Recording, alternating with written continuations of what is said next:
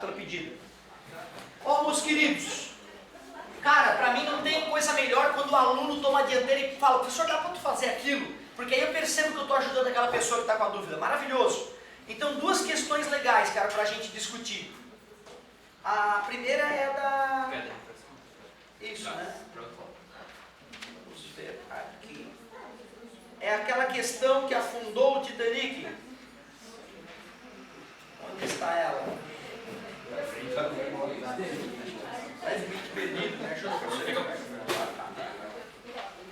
A questão falava que uma universidade fez uma pesquisa e mostrou que talvez o fenômeno que tenha ajudado a afundar o Titanic foi algo chamado de Fata Morgana. Vamos dar uma olhada.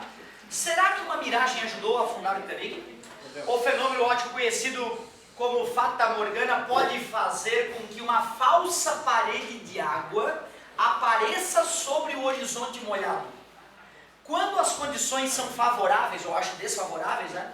A luz refletida pela água fria pode ser desviada por uma camada incomum de ar quente acima. Com certeza ele está dando indicativos de refração aqui, né? Chegando até o observador, vinda de muitos ângulos diferentes. Aqui ele já está dando indicação de difusão, quando ele fala de muitos ângulos diferentes. Já deixou a coisa dúbia. De acordo com estudos de pesquisadores da Universidade de San Diego, uma Fata Morgana pode ter obscurecido os icebergs da visão da tripulação que estava a bordo do Titanic. Desta forma, a certa distância, o horizonte verdadeiro ficaria encoberto por uma névoa escurecida, que se parece muito com águas calmas no escuro. O fenômeno óptico conhecido, que segundo os pesquisadores provoca a Fata Morgana, é a letra A, ressonância. Totalmente absurdo, ressonância. Não faz o menor sentido. Letra B, refração, aceitável. Aceitável falar que é refração. Difração, não concordo. Difração é a capacidade de contornar um obstáculo. Não tem nenhum elemento que leve a esse caminho. Reflexão é aceitável e eu suponho que deva ser o gabarito. Tem uma chance sim de ser o gabarito B. E nós já vamos deixar muito claro o porquê. Difusão teria uma chance mínima de aparecer em função de no enunciado ele ter falado que a luz chega de vários ângulos. Mas acho muito pouco provável, seria muita sacanagem o gabarito pender para esse lado. Gabarito B e gabarito D não tem o que nós fazer. Não tem, porque os dois são corretos. Por isso que o ideal era aceitar até as duas respostas ou eliminar a questão, o que não é típico do Enem. Pelo contrário, para a galera que está um pouco chateada com o Enem, comemorem. Há anos atrás estaria dando pulo de ódio. Porque em vez de uma, teriam 5 ou mais questões dúbias. Dessa vez não, só tem uma que dá para duvidar. Todas as outras foram nítidas, então vamos ficar felizes. Vamos explicar o fenômeno?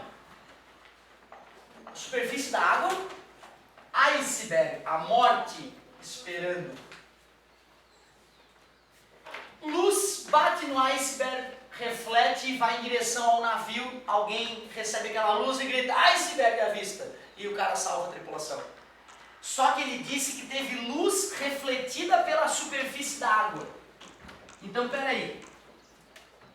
A luz, de repente, vinda da lua, do céu ou de qualquer outra fonte, vem e bate na superfície da água. Sofre reflexão. O ângulo de incidência é igual ao ângulo de reflexão. Essa luz deveria ir para cima, não deveria atrapalhar a luz que vem do iceberg e bate nos olhos de quem está no navio. Porém, ele disse que a água estava fria. E disse que acima da camada da água fria, tem ar frio, né? E em cima dessa camada tem ar quente. Quer dizer que eu poderia fazer uma pontilhada separando a camada de ar quente da camada de ar frio. A camada de ar frio da camada de ar quente. O ar quente é mais ou menos denso. Menos, por isso que ele subiu. E já que o ar é menos denso, a luz passa com maior ou com menor velocidade? O vácuo é a melhor coisa para a luz, né?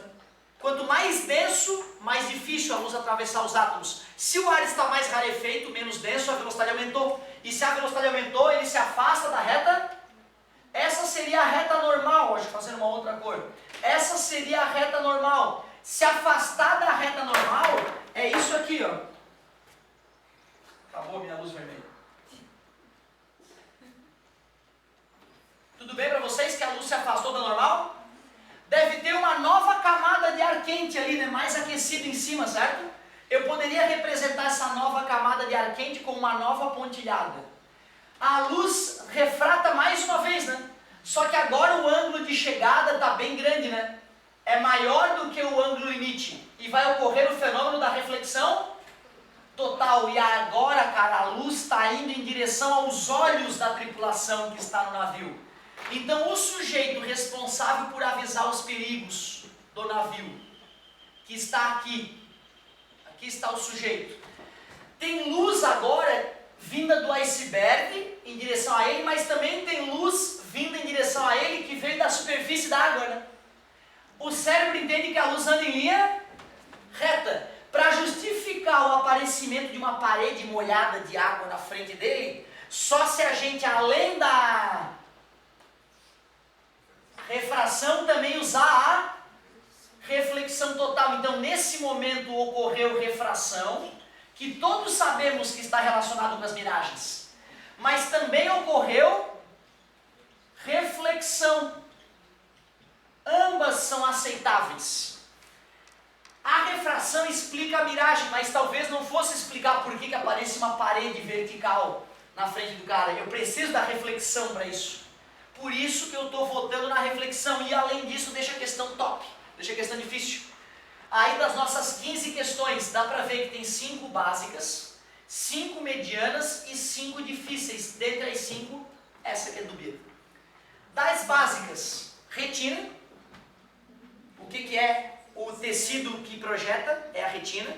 Como é que a gente consegue perceber 2 sons distintos, o timbre? A porta da geladeira, difícil de abrir porque a pressão interna é menor do que a pressão externa, certo? Eu ainda acho que das 5 básicas dá para dizer que a do Bolt é básica, porque era só calcular a energia cinética, mv² sobre 2. Né? Massa 90, velocidade 12, 12 ao quadrado, 144 por 2, 72, vezes 90, 6.480 joules, 6.5 vezes 10 na 3. Aquela era uma das 5 básicas, sem dúvida, era só calcular a energia cinética, certo? E tem alguma outra ainda mais básica que dá pra gente aceitar. Tem 5 ali que são medianas, tipo a do filtro solar, tinha que fazer, veja como a lambda faz, calcular o lambda e depois ir na tabelinha e escolher que era o filtro solar tipo 4, que era o que filtrava a ultravioleta B, mediana, tinha que fazer o veja como a lambda faz. Então o cara que não está acostumado com nanômetro pode, né, se atrapalhar ali. E algumas outras questões. Tinham pedido mais uma ali, o amigo tinha pedido uma, né? Qual que era? A do estilingue. Primeiro vamos fazer de cabeça, que é a ideia que o Enem queria, né? Depois vamos botar na matemática a brincadeira. O guri queria comprar estilingue, tinha o duro e tinha o mole. A constante elástica do elástico duro era o dobro da constante elástica do elástico mole. Só que o guri ia fazer a mesma força nos 2 estilingues, né? Tu aceitas que o alcance tem a ver com a energia elástica acumulada no estilingue? Como é que se calcula a energia potencial elástica? Kx ao quadrado. O K é o dobro para o estilingue duro, né? Só que o X. Como é que eu calculo a deformação dos estilingues? F igual a K vezes X. Lei de Hooke. Como é que acha o X então? F sobre K. O cara que tem o K o dobro vai ter a deformação pela metade. O estilingue que tem o dobro do K vai ser deformado pelo menino a metade. E o X vai ser elevado ao quadrado, né? Metade elevado ao quadrado, 1/4. O K é o dobro, mas a deformação é a metade. Elevado ao quadrado, 4 vezes menor. Multiplicar por 2 e dividir por 4 é o mesmo que dividir por 2. Mentalmente dá para perceber que o estilingue duro gera um alcance que é a metade do estilingue mole. Dá para acreditar? 1 sobre 2 o gabarito. Isso fazendo de cabeça. Agora vamos botar na matemática para garantir, para não ter a menor dúvida. O aluno poderia se perguntar: professor, quem foi o babaca que inventou esse estilingue grosso então? Duro, para que serve? Quando a criança fica forte e consegue arrebentar o estilingue mole, está na hora de comprar o estilingue duro. Certo? Aí ela vai conseguir jogar mais longe, porque ela consegue fazer uma força além do que o estilingue mole consegue suportar. Ô professor, mas tipo, o estilingue mole vai ter maior deslocamento, né? O dobro. Mas tendo mais deslocamento, tu vai tendo mais energia potencial elástica. Sim, o 4 fez maior. Tendo mais energia potencial elástica, o deslocamento vai ser maior? Sim, o dobro. Porque o K é a metade. Foi o que eu disse, o estilingue duro. Tudo bem? O estilingue duro vai gerar metade do alcance, o estilingue mole vai gerar o dobro. O dobro por quê? A deformação é o dobro. 2 ao quadrado, 4, mas o K dele é metade. Multiplica por 4 e divide por 2. Certo? Quer fazer um comentáriozinho? Só queria pedir, a trajetória não influencia em nada o alcance. Eu tenho que supor que nos dois casos ele vai lançar com o mesmo ângulo, na mesma posição, né? Ou seja, eu lançar com 45 graus vai dar alcance máximo. Eu lançar na horizontal não vai dar alcance máximo. Eu lançar para baixo vai dar alcance pequeno. Mas eu tenho que considerar que tanto o estilingue mole quanto o duro vão ser lançados na mesma posição. Certo? Ou seja, eu não posso elucubrar qual é a posição. O estilingue duro ele vai lançar 45 graus e o mole vai lançar para baixo. Aí o estilingue duro teria um alcance maior. Ou seja, eu tenho que ignorar os outros detalhes. Eu tenho que pensar o seguinte, ele quer o alcance do estilingue duro dividido pelo alcance do estilingue mole. A primeira coisa, para não complicar a questão, é perceber que o alcance tem a ver com energia. Por isso seria K duro, X duro ao quadrado sobre 2, K mole, X mole ao quadrado sobre 2. Divisão de fração é a primeira, vezes inversa a segunda. K duro, X duro ao quadrado, dividido por K mole, X mole ao quadrado. O enunciado falava que o K duro era o dobro do K mole. Tudo bem para vocês? No lugar do K duro, 2K mole. Dividido por K mole, X duro ao quadrado. Se eu fosse calcular a deformação, é F igual a K vezes X, certo? Tanto para o estilingue duro, quanto para o estilingue mole. Então, se eu fosse calcular a deformação X, ficaria F sobre K. X do mole, F sobre K do mole. X do duro, F sobre K do duro. Mas o enunciado disse que o K do duro era o dobro do K do mole. Olhando para essas duas equações, o que eu posso concluir? Esse número é o dobro desse, aceitável? Ou se tu multiplicar essa fração por 2, fica igual àquela. 2 vezes x do duro. Provei matematicamente. No lugar do x mole ao quadrado, eu posso colocar o quê? 2x duro ao quadrado. O alcance do estilingue duro dividido pelo alcance do estilingue mole é igual. Corta K com K.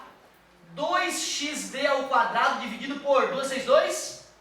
4xd ao quadrado. Corta xd com xd, simplificando 1 sobre 2. O estilingue mole joga mais longe do que o estilingue duro.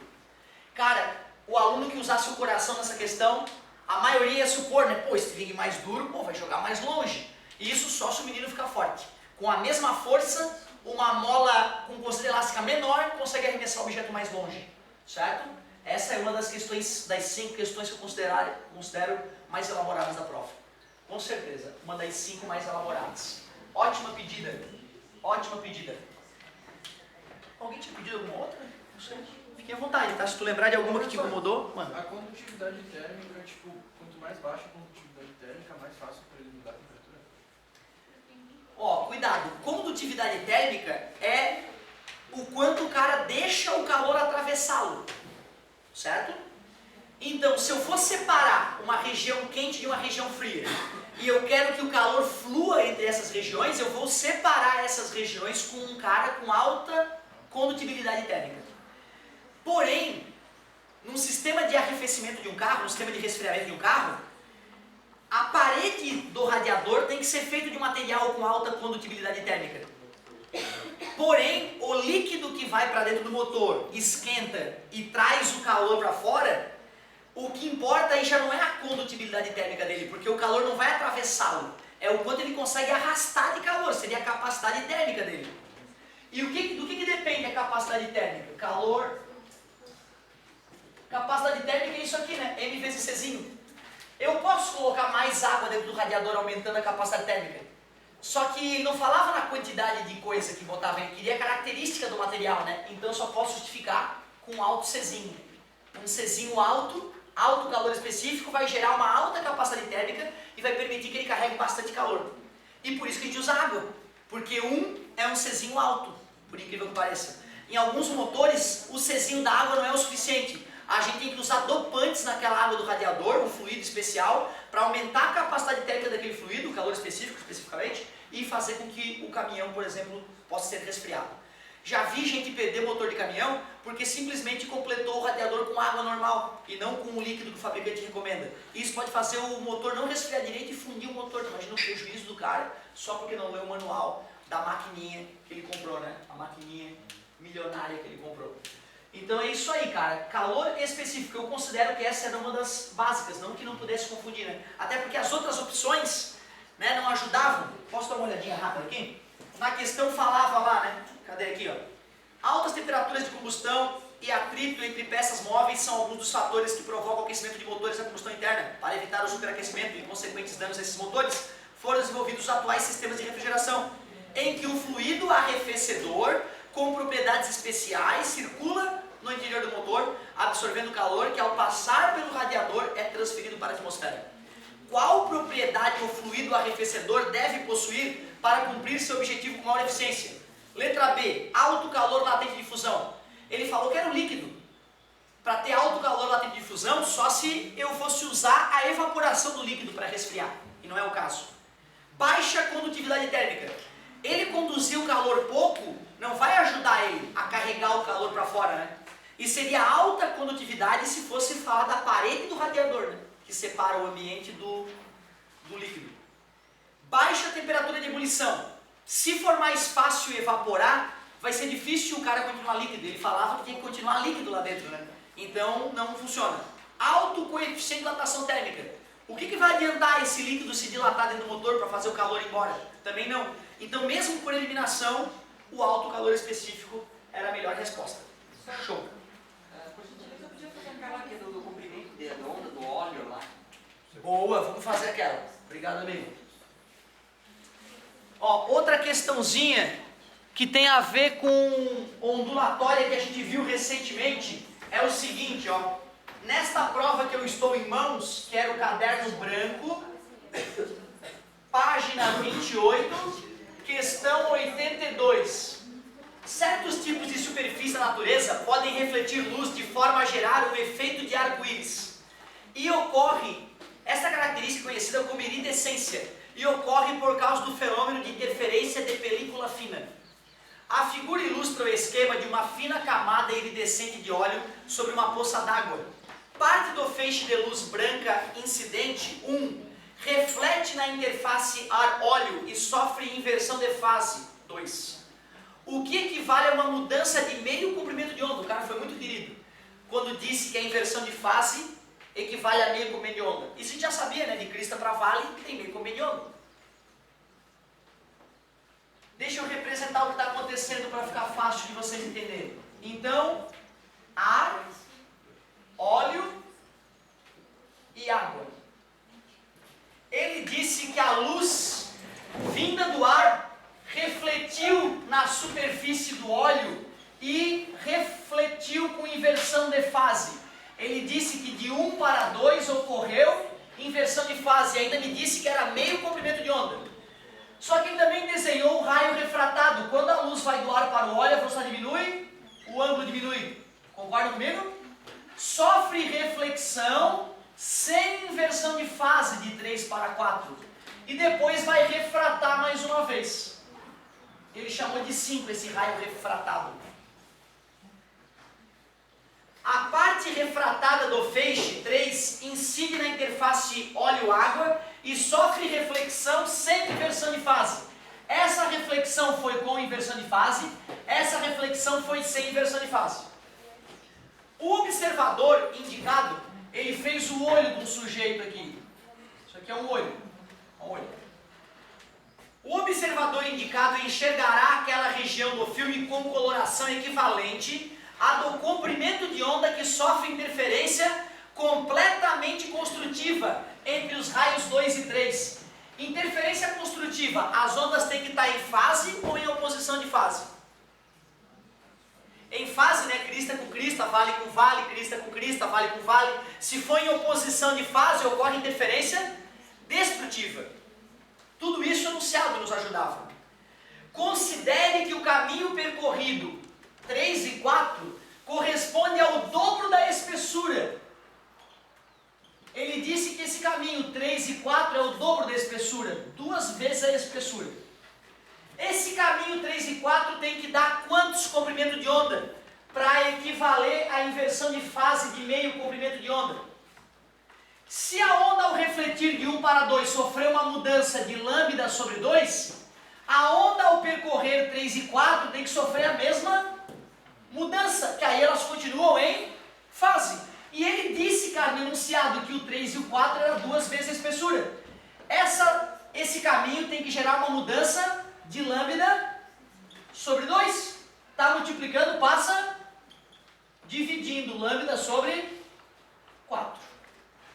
Se a onda anda lambda sobre 4 mais lambda sobre 4, ela sofreu uma defasagem de quanto? Lambda sobre 2. E já que a onda ao refletir também sofreu essa defasagem, se as duas sofreram a mesma defasagem, na chegada era a mesma onda, na saída vai estar em fase de novo, interferência construtiva, lambda sobre 4. Bonita questão, é uma das questões que eu considero que poderia ser perigosa. Nessa prova branca que eu estou fazendo era a letra A. Bonita questão. Fiquem à vontade, meus queridos. Uma das 5 perigosas. Opa, desculpa amigo, vou te devolver, eu juro.